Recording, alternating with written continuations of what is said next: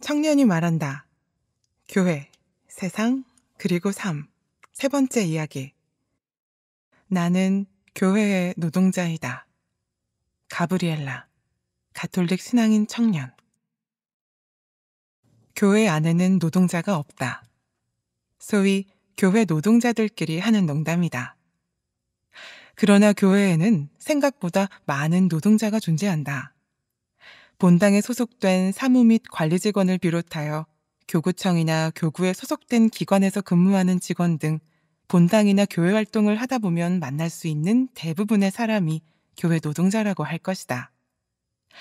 그러나 교회에 적을 두고 일하기 전까지 필자 역시 본당 활동 중 만나게 되었던 이들을 직업을 가진 노동자라고 생각하지 못했던 것 같다. 본당 봉사자로서 교구청 관련 부서가 주말 휴무라 연락이 바로 닿지 않는 것에 불만을 표시했다. 그들이 본인의 업무를 다 하지 못하는 것이 아니냐고 말하기도 했다. 그러나 지금 생각해보면 그들도 주일에 마땅히 쉴 권리가 있는 노동자였던 것을 망각했던 부끄럽기 그지없던 행동이었다. 지금에서야 생각한다. 이러한 생각은 과연 필자 혼자만의 것일까?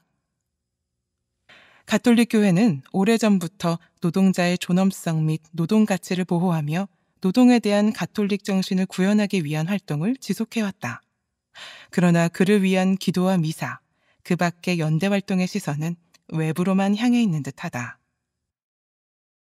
교회 조직에서 사제는 상급 관리자의 역할을 한다. 3년 혹은 5년마다 관리자는 새로 부임한다. 교회 밖에서 일하고 있는 이들은 말하곤 한다. 힘든 상사를 만나도 3년에서 5년만 버티면 된다는 희망이 있는 것이 아니냐고. 그것은 아주 큰 장점이라고. 또 이렇게도 말한다.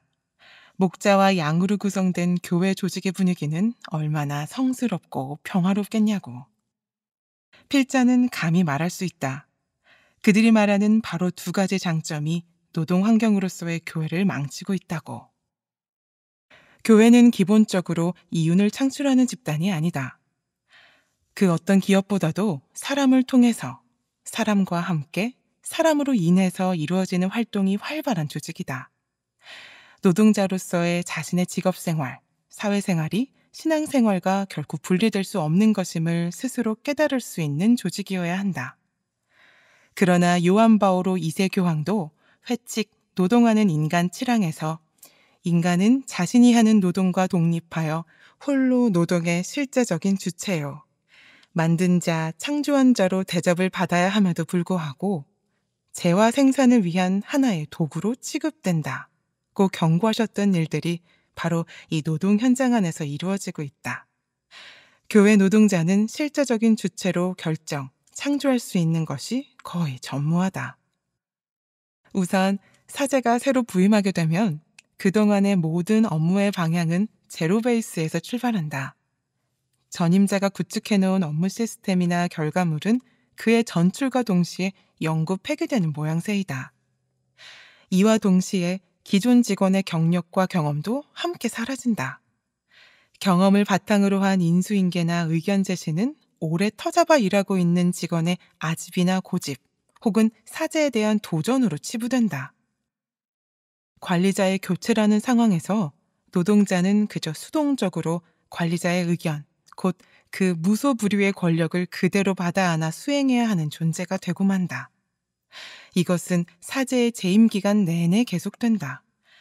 교회는 자본과 노동의 협력적 관계 안에서 노동의 우위성을 강조하지만 교황 레오 13세의 회칙 새로운 사태 참조, 교회 내 근로환경에서는 예외이다. 신자들의 교무금과 헌금, 후원금이라는 자본 앞에서 교회 노동자의 노동은 존중받지 못한다. 사실 필자도 관리자를 직장 상사로서만 대해야 하는지, 신앙의 길잡이로서의 사제로서 대해야 하는지 혼란스럽기만 하다. 비단 이것은 직원들만이 느끼는 것은 아닐 것이다. 사제들 역시 소속 직원들을 사목의 대상으로 대해야 하는지, 직원으로 대해야 하는지에 고민이 많을 것이다. 그러나 전혀 고민할 부분이 아니다. 사제는 자신의 자리에 맞는 전문성을 갖춘 후 직원의 업무를 판단, 정확한 지시사항을 전달하면 될 것이다. 직원 역시 고유하게 부여된 업무를 수행하며 객관적인 판단과 평가를 받아들이면 문제될 것이 없다. 공동체 안에서 상호 존중과 협력의 자세로 살아가는 것은 비단 사목자와 신자의 관계가 아니더라도 당연히 전제되어야 할 것이므로 이 당연한 방향이 이루어지지 않는다면 교회 내 노동 환경은 모든 노동자가 오직 한 분의 처분을 기다리며 바라보는 결국 관리자가 보기에는 비전문 노동자만 양상되는 비정상적인 시스템으로 변질될 것이다. 가톨릭 사회운동가 도로시 데이와의 만남과 대화를 기록한 로버트 콜스의 환대하는 삶은 공동체란 서로에게 도움이 되려고 노력하며 우리 중 일부가 다른 이들에게 어디로 가야 할지, 무엇을 해야 할지, 그 이유가 무엇인지 말해주는 우리 모두가 함께하는 것입니다. 라고 그 개념을 정의했다. 그러나 교회 내 노동자 공동체의 연대는 단절되어 있다. 이 연대의 단절을 넘어설 만한 동원력도 매우 부족하다. 이는 노동자 스스로의 각성과 주체적인 노력으로 극복할 수밖에 없다. 신앙인으로서, 사회 구성원으로서 적극적으로 자신의 목소리를 내는 것의 중요성도 동일 저서에 함께 기술되어 있다. 우리는 부정적 의미에서의 아나키스트가 아닙니다. 우리에게는 나름의 절차와 형식이 있어요. 우리는 언제나 그 법칙을 따르고 돈을 내며 선량한 시민이 되고자 노력합니다. 선량한 시민은 권리장전을 활용하고 자신이 진실이라고 믿는 일을 하고 다른 사람들과 자신의 생각을 나눕니다. 선량한 시민은 민주주의에 참여하고 거물 정치인 같은 사람들에게 자신을 대신해 말하고 행동해달라고 떠넘기지 않습니다. 이는 토마스 머튼이 말하는 포스트 그리스도교 시대를 살아가는 가짜 그리스도인이 되지 않기 위한 최소한의 조건이다. 버티지 말고 떠나라. 간단한 해결책을 제시해주는 이도 있을 것이다.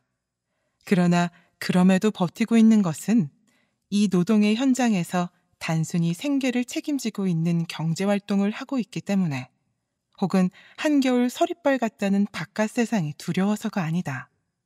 교회에서 하느님의 일을 하며 보람을 느끼고 싶다는 초기의 마음, 존중받으며 일했던 경험을 기억하고 있기 때문이다.